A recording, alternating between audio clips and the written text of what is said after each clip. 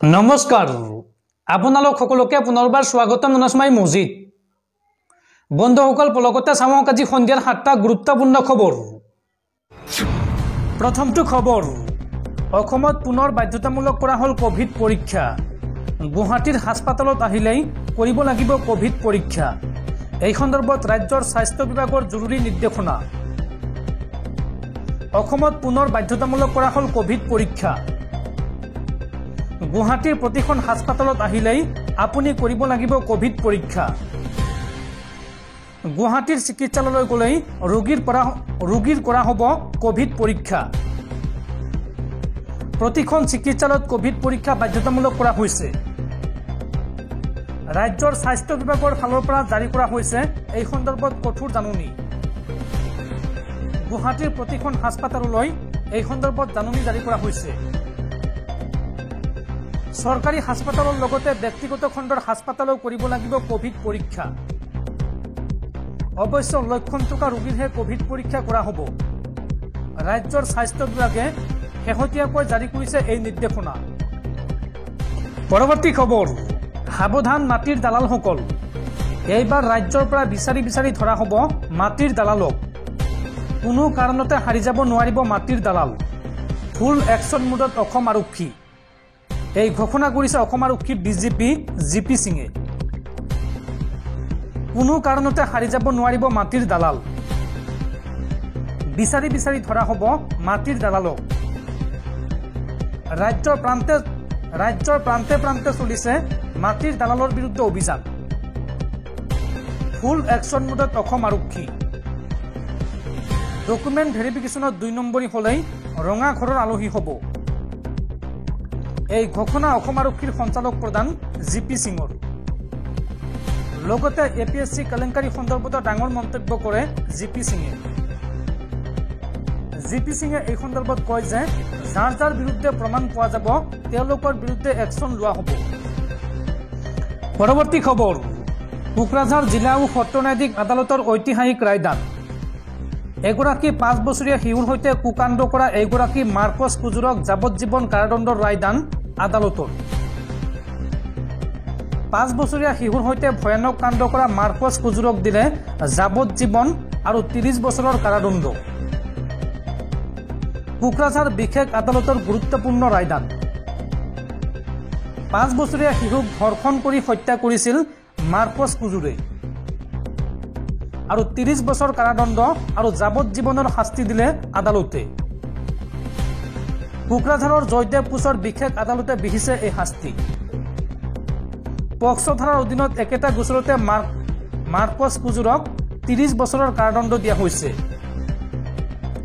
উল্লেখযোগ্য যে 2021 চনৰ 16 মাৰ্চত মাৰ্কছ কুজুৰে সংঘটিত কৰিছিল ৰাজ্য কঁপাই যোৱা ঘটনা আৰু এই ভয়ংকৰ ঘটনা সংঘটিত কৰি শিশুটিৰ মৃতদেহ পেলাই দিছিল নৈত পৰিয়ালে এই ঘটনা সন্দৰ্ভত গোচৰ ৰুজু কৰিছিল গোসাইগাঁও থানাত আৰু পাখণ্ড মাৰ্কছ কুজুৰৰ স্বীকাৰোক্তিৰ ভিত্তিত আৰক্ষীয়ে উদ্ধাৰ কৰিছিল শিশুটিৰ মৃতদেহ আৰু এই গোচৰ সন্দৰ্ভত আজি এই ৰায়দান দিয়ে আদালতে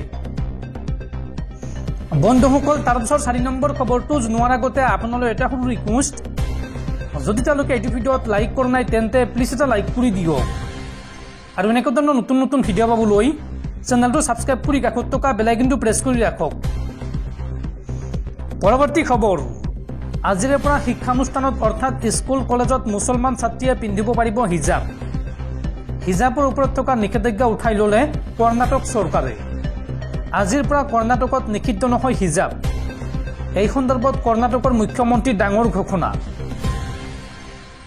কৰ্ণাটকত হিজাবৰ ওপৰত থকা বাধা নিষেধ উঠাই ল'লে চৰকাৰে কৰ্ণাটকত হিজাব নিষিদ্ধ নহয় মুখ্যমন্ত্ৰী সিদ্ধাৰামায়াই কৰিলে এই ডাঙৰ ঘোষণা আজিৰ পৰা কৰ্ণাটকত হিজাবত থকা নিষিদ্ধ উঠাই ল'লে চৰকাৰে কৰ্ণাটকৰ শিক্ষা প্ৰতিষ্ঠানত মুছলমান ছাত্ৰীয়ে পৰিধান কৰি যাব পাৰিব হিজাব ছাত্ৰীসকলে কি পিন্ধিব সেয়া তেওঁলোকৰ ব্যক্তিগত কথা বুলি মন্তব্য কৰে মুখ্যমন্ত্ৰীগৰাকীয়ে কৰ্ণাটকৰ কংগ্ৰেছ চৰকাৰে উঠাই ল'লে হিজাবত থকা নিষেধাজ্ঞা বা নিষিদ্ধতা উল্লেখযোগ্য যে কৰ্ণাটকৰ শিক্ষানুষ্ঠানত নিষিদ্ধ কৰি ৰখা হৈছিল হিজাব পৰিধান আৰু আজিৰ পৰা কৰ্ণাটকৰ শিক্ষানুষ্ঠানত মুছলমান ছাত্ৰীয়ে পিন্ধিব পাৰিব হিজাব। পৰৱৰ্তী খবৰ, আজি ৰাষ্ট্ৰীয় কৃষক দিৱস। 2001 চনৰ পৰা এই দিৱস পালন কৰি অহা হৈছে। দেশৰ প্ৰাক্তন প্ৰধানমন্ত্ৰী চৰণ সিঙৰ জন্মদিন উপলক্ষে 23 ডিচেম্বৰৰ দিনটো পালন কৰা হয় ৰাষ্ট্ৰীয় কৃষক দিৱস হিচাপে। পৰৱৰ্তী খবৰ, পুনৰ উত্তপ্ত সন্ত্ৰাসজৰ্জৰ জম্মু কাশ্মীৰ।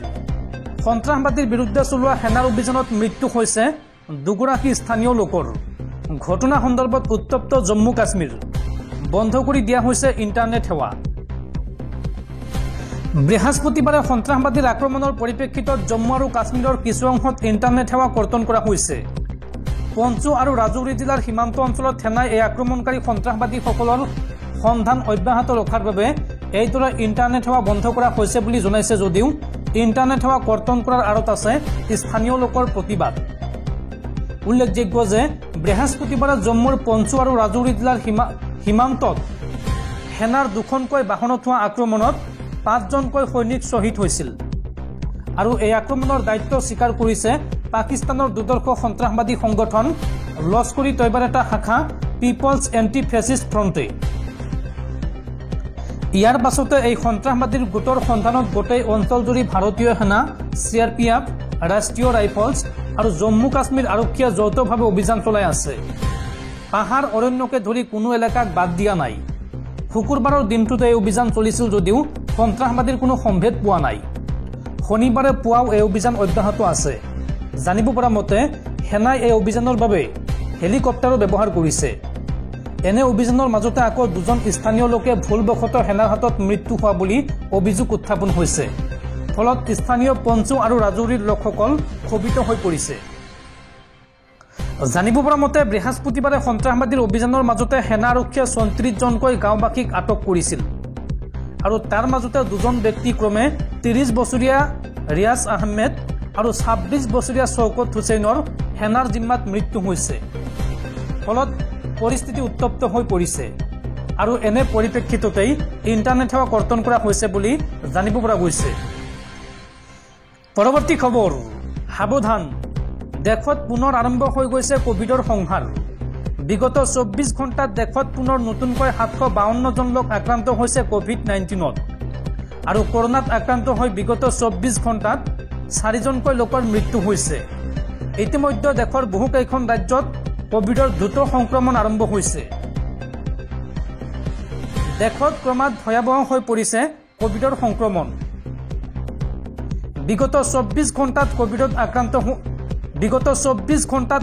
আক্ৰান্ত হৈ 4জনকৈ লোকৰ মৃত্যু হৈছে আৰু 17খনকৈ ৰাজ্যত কোভিডে লৈছে ভয়ংকৰ ৰূপ। এদিনতে মৃত্যুৰে হাৰ মানিলে 4জনকৈ কোভিড ৰোগীয়ে। কেৰালাত 2জন, কৰ্ণাটক আৰু ৰাজস্থানত 1জনকৈ লোকৰ মৃত্যু হৈছে কোভিডত আৰু বিগত 24 ঘণ্টাত দেশত 752জন লোক নতুনকৈ আক্ৰান্ত হৈছে কোভিডত আৰু ইয়াৰ ফলত 3000ৰ ঘৰ স্পৰ্শ কৰিলে কোভিড আক্ৰান্তৰ সংখ্যাই। কেৱল কেৰালাতে নতুনকৈ 264জন লোক আক্ৰান্ত হৈছে কোভিডত। কৰ্ণাটকত 70, মহাৰাষ্ট্ৰত 15 আৰু তামিলনাডুত 13জন লোক আক্ৰান্ত হৈছে কোভিড-19ত। গুজৰাটত 12জনকৈ লোকৰ দেহত ধৰা পৰিছে কোভিডৰ উপস্থিতি। দেশৰ স্বাস্থ্য মন্ত্ৰালয়ৰ তৰফৰ পৰা প্ৰকাশ কৰা হৈছে এই তথ্য।